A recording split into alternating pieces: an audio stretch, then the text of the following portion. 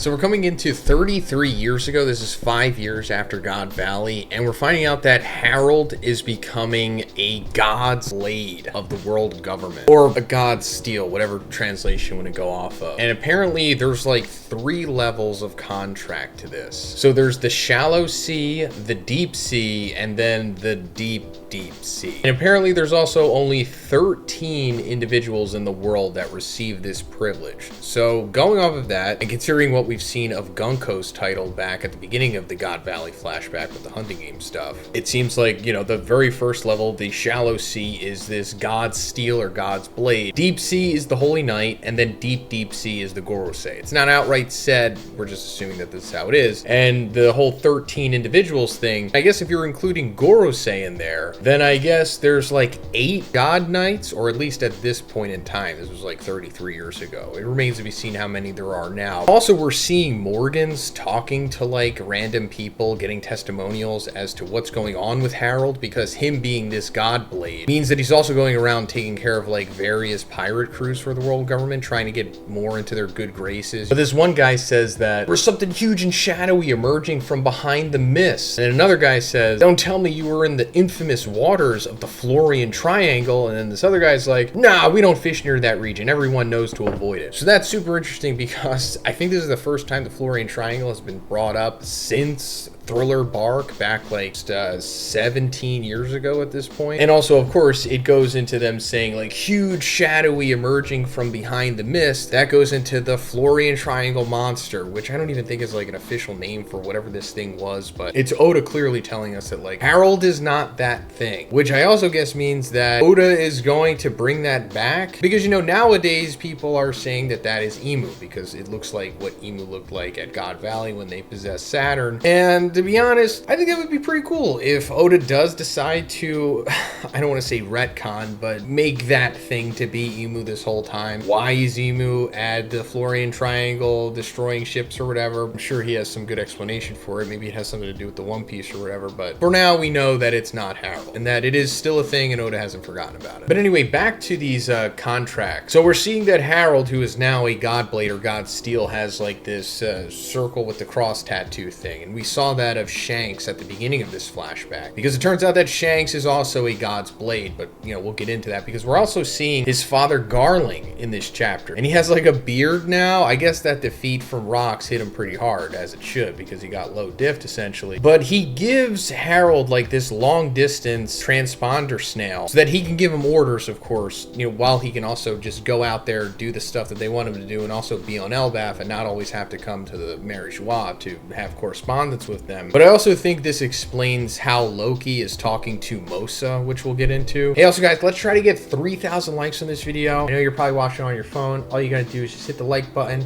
It'll help the video, it'll help me. Thanks, guys. Because now we're coming to 20 years ago from the current time. This is, I guess, sometime after Roger had died. And Harold apparently knows Neptune, because he's at Fishman Island and he's just chilling with Neptune, and they're talking about Loki, apparently. And he's also talking about how Charlie, the fortune teller from Fishman Island, has predicted that Shirahoshi is going to be born in 4 years, and that she's very likely going to be Poseidon. You know, one of the ancient weapons, which is essentially just like the ability to control the Sea King. And Neptune's like, hey, why don't you know, you betrove Loki to my future daughter. And Harold kind of writes it off. He's like, nah, you're going too far. And he winds up saying, well, now, that does sound like a perfect match. Let's have a toast. Here's to the future of my mischievous troublemaker and your little Mosa, which means like hairy or bearded or shaggy in Japanese. And of course, that goes into that mysterious person that Loki is talking to on the transponder snail in current time in the story, who goes by the name of Mosa or Shaggy in the Viz translation. So I guess this means that Mosa was Shirahoshi this whole time. Now, why is he talking to her? Well, I guess because of the correspondence that Harold and Neptune have, but also that long distance transponder snail that Garling gave to Harold. I mean, also, it doesn't straight up say that it is that when we see that sequence of Loki talking to Mosa. It says it's like a snow transponder snail, a cold resistant speech recognition type, but it still has to be some kind of long distance or whatever to reach Fishman Island to, you know, getting to Elbaf. And also, Loki says to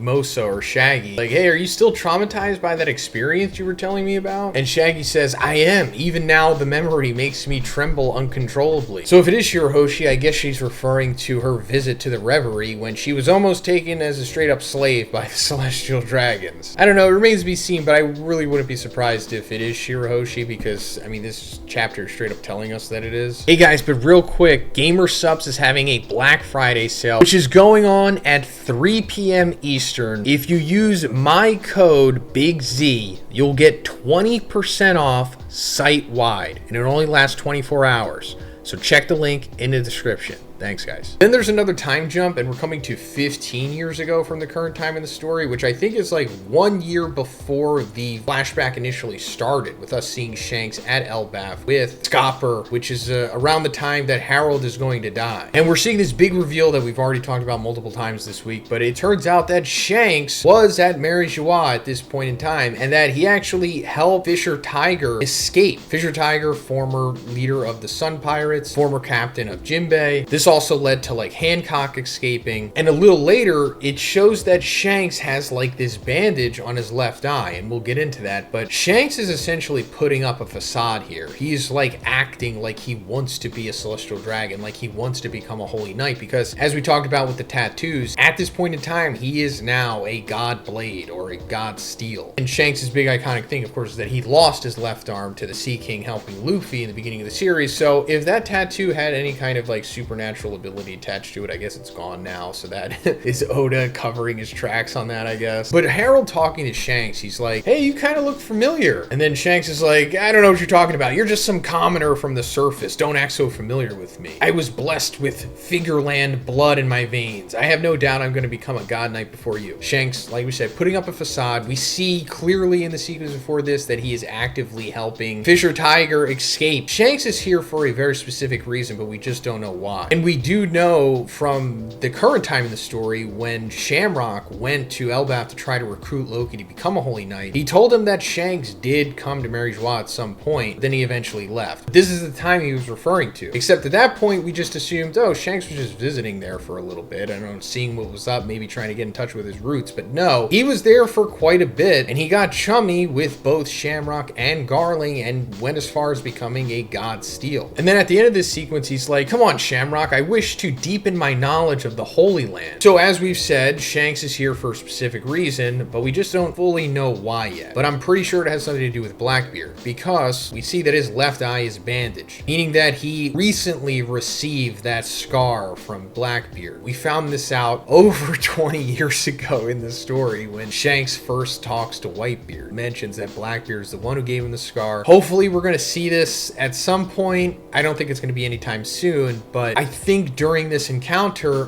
Blackbeard told Shanks that he is a celestial dragon and that his father is Garling. Because we found out in the previous chapter that Garling is the one who killed Rox, the father of Blackbeard. Now, how would anyone know that? I don't really know, because it was kind of like an isolated incident and it wasn't really made public. If anything, the public thinks that it was Garp that defeated Rox, not Garling. And Blackbeard was already saved by Kuma along with Eris before Rox had died. So I guess some way he finds out, I don't know, there could be some kind of soul stuff going on. I don't think that theory is completely off the table, you know, Blackbeard somehow inheriting part of Rox's soul or something. It has maybe something to do with the Davies or the Buccaneers or something. We'll talk about that in another video probably, but like I said, I think Blackbeard told Shanks something in this encounter, and it made Shanks think like, oh, that's pretty interesting. Maybe I should go check out what's going on there. And whatever he does find out here, or whatever reason he is here, I think it ultimately leads to why he goes after the Nika fruit, you know, Luffy's fruit, because we know that he eventually steals that from the Cypher Pole ship that Who's Who is on. And he has it for some reason. So I'm assuming that this has to do with all of that. And also, he was on Roger's ship, of course, for a very long time. I mean, Roger had already been dead for 5 years